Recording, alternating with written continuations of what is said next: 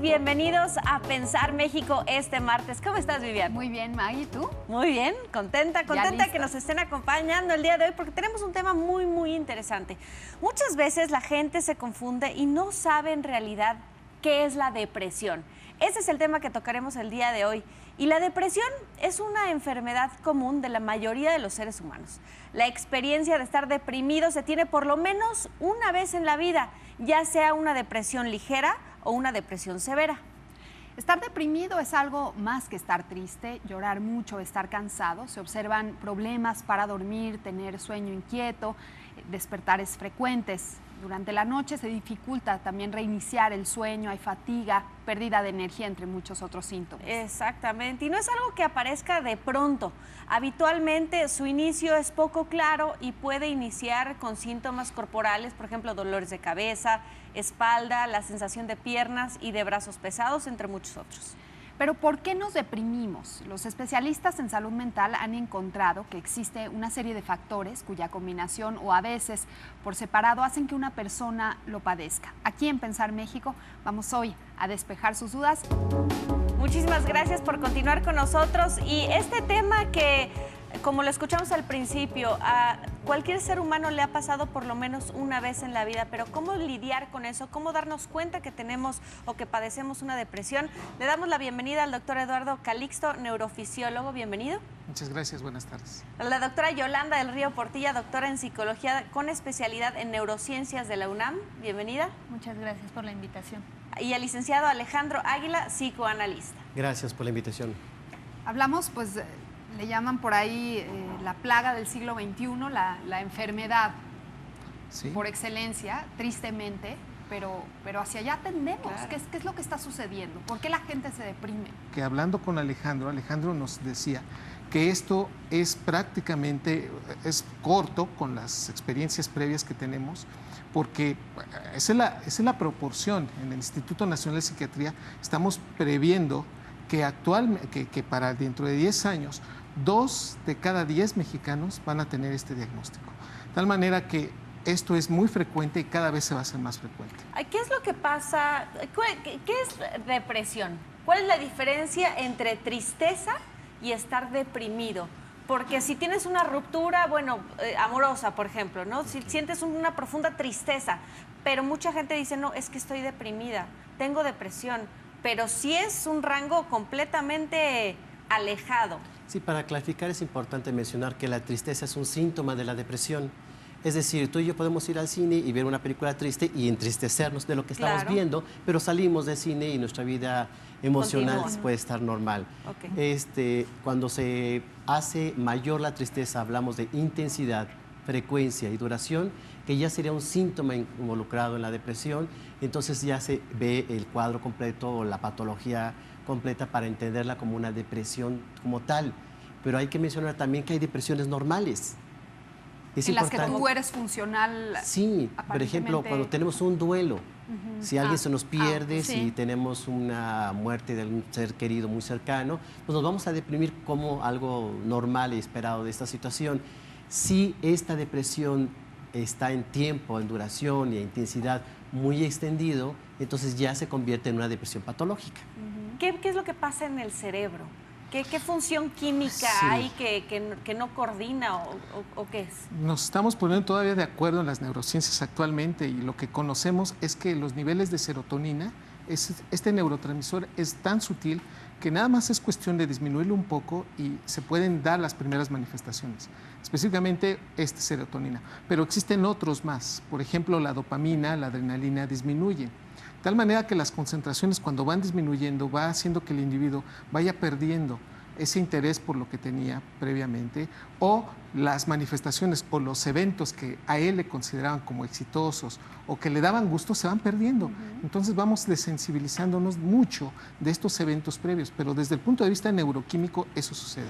Además existen cambios en la comunicación de algunas estructuras del cerebro. Siempre que nosotros pensamos por qué somos inteligentes o qué nos hizo evolucionar, es que aparece la corteza prefrontal. Esta parte del cerebro es en donde residen o quedan las funciones cerebrales superiores. Uno es inteligente precisamente y todos los recuerdos que nos hacen que evitemos excesos se encuentran en esta región principalmente o primordialmente. Y esto lo conocemos porque en la corteza cerebral, pero específicamente esta parte de la cabeza frontal, de la corteza, el lóbulo frontal. Y en esa corteza, si se pierde por alguna razón o definitivamente la dejamos de funcionar o se inhibe, este aspecto gradualmente va cambiando nuestras apreciaciones o van haciendo que éstas se modifiquen. Específicamente hablando, ¿se podría ir suavizando o atenuando, por decirlo así, como que ya no te... Claro. Naturalmente, es lo que decía el doctor de la intensidad, ¿no? El cerebro, estamos adaptados siempre a que todos los eventos a los que nos sometemos todos los días, tenemos una propiedad, que los vamos desensibilizando. Si todos los días llevamos el mismo evento, cuando llevamos el quinta o la sexta exposición, ya no lo tenemos en la misma sensación con la que se inició. Y eso es natural, eso nuestro cerebro lo adapta perfectamente. Hasta un síntoma así como de supervivencia, claro, ¿no? También. De tal manera que, por ejemplo, y no quisiera yo extender para darle la claro, pero, por ejemplo, cuando nos ponemos la ropa, nosotros tenemos la sensación de tenerla, la temperatura, la tersura, pero en 30 segundos, con reloj en mano, les puedo decir que ya se olvida y lo tenemos. Eso, si lo multiplicamos o lo llevamos a la vida cotidiana, va haciendo que nosotros tenemos que tener reforzadores positivos para volver a tener la sensación previa que teníamos. ¿Puede ser hereditaria? Sí, hay factores de depresión. Sí, hay factores bioquímicos que nos dan ya estudios científicos que una familia que tiene una cuestión de depresión, padres, abuelos, los hijos y los nietos, inclusive hasta la tercera generación, pudiesen heredar hasta con un 50% de probabilidad una depresión mayor, que es importante mencionarlo. Entonces, el saber que nuestros padres o abuelos tuvieron depresión sería un factor importante de identificar, reconocer, para cuando caigamos en una depresión, poderlo atender en forma clínica y no pensar que es algo temporal o que va a atravesarse rápido. Hay que mencionar esto. Para fines didácticos vamos a dividir la depresión en cuestiones endógenas, es decir, que viene a una cuestión bioquímica o ambiental que puede afectar la situación emocional, y las exógenas. El mayor porcentaje de pacientes, las depresiones son exógenas, es decir, de factores externos, familiares, sociales, económicos, culturales, ambientales, que es lo que más lleva a la persona a situaciones de depresión. Decimos que cuando la depresión ya se hace crónica, es decir, dura más de 3 meses, requiere entonces medicamentos. Claro. Ya se convirtió en una enfermedad endógena. Que entonces, o sea, lo externo termina por afectar la parte interna, que es lo grave del asunto. Que va a afectar a nivel bioquímico este desorden o esta desorganización, y el medicamento puede beneficiar. ¿Se puede hacer de una forma individual psicológicamente, o sea, en el aspecto de que si reconocer que estás enfermo, que estás deprimido, ¿no? Y tratar de cambiarte el chip y decir, bueno, yo puedo solo, puedo solo, y sí se puede, en lugar de meterme una pastillita? Exactamente, es la ayuda que se proporciona a través de una psicoterapia, en donde hacen un trabajo, una revisión interna de la persona, y encontramos qué elementos, qué factores son los que nos pueden llevar a estas situaciones depresivas y cómo conductualmente lo podemos ir modificando y cambiando para tener esta protección. Clínicamente, ¿cuándo es que se considera que una persona está deprimida? ¿Qué características son así esenciales? Sí, mira, en el diagnóstico lo primero que hacemos es una entrevista, y a través de la entrevista a veces requerimos los psicoterapeutas hacer una valoración de pruebas psicológicas. Hay test, claro, que ya aquí en México identificados, en donde están validados y estandarizados, y a través de este test podemos saber el tipo de depresión que tiene el paciente y la cantidad de depresión. Es bien importante señalar esto, porque la gente llega y dice, estoy deprimida. A mí se me hace como un pantano oscuro en el que no sabes ni, así estás enlodado, pero no sabes. Del 0 al 10 estás deprimido, ¿en qué grado? ¿En qué grado? ¿Sí me explico? Tratar de cuantificarlo. Se considera ligero, moderado, severo, dependiendo de las pruebas, si se puede ir clasificando. Entonces, en algún momento eso va a permitir, y también la situación conductual, o sea, lo que se había comentado, que presentan tristeza, ya no responden adecuadamente a sus Sí, que hay veces que la gente ya no sabe qué hacer cuando tiene una depresión severa, y lo único que le viene a la mente es, me quiero suicidar. Claro. Hay gente que no sabe que está deprimida. Exacto. Y esto es un gran riesgo.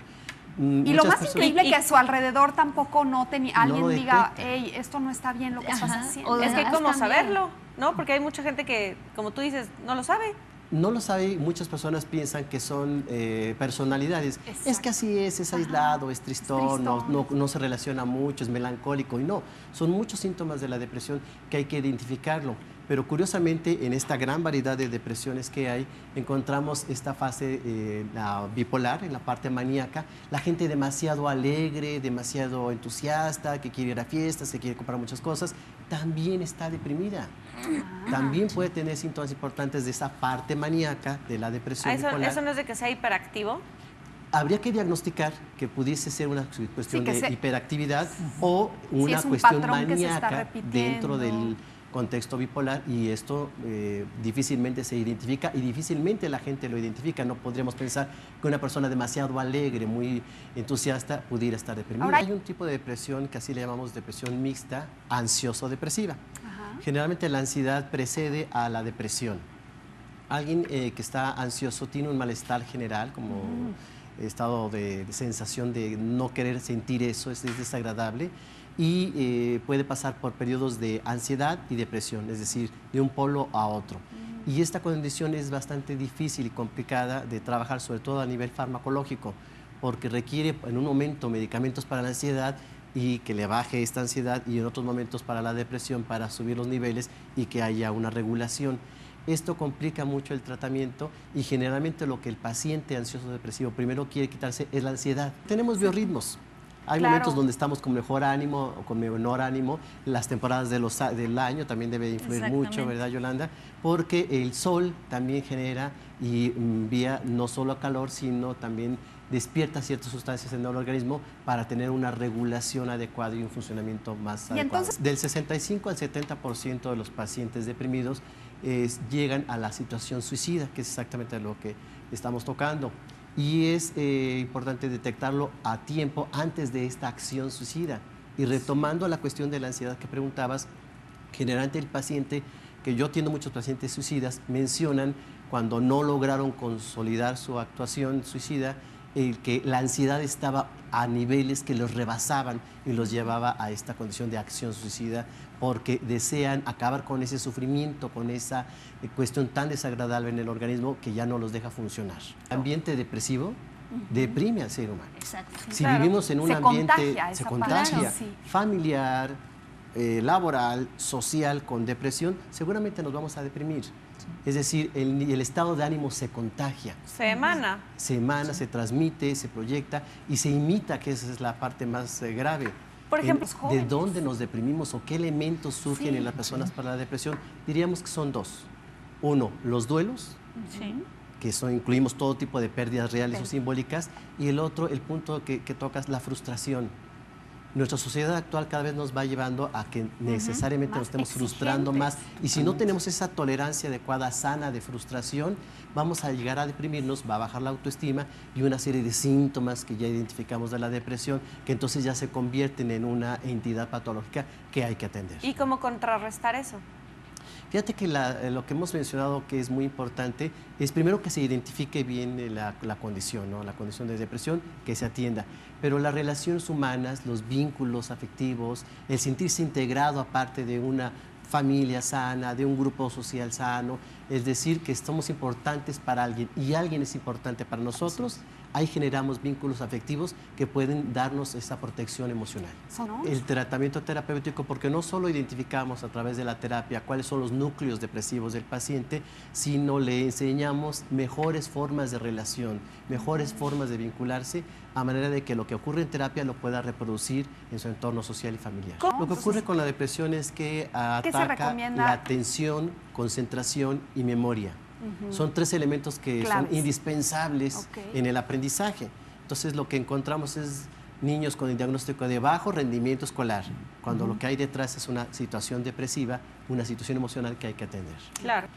El alimento generalmente sí puede, en ciertas dosis, estabilizar si es que hubiera una baja de azúcar, o el chocolate y las fresas y algunos alimentos hablan de sustancias que pueden dar esta energía o esta vitalidad. La dificultad que tendríamos allí es en la cantidad. Generalmente una persona depresiva no tiene esta capacidad, o hay una disminución en la capacidad de saciedad. Entonces empieza a consumir más de lo adecuado.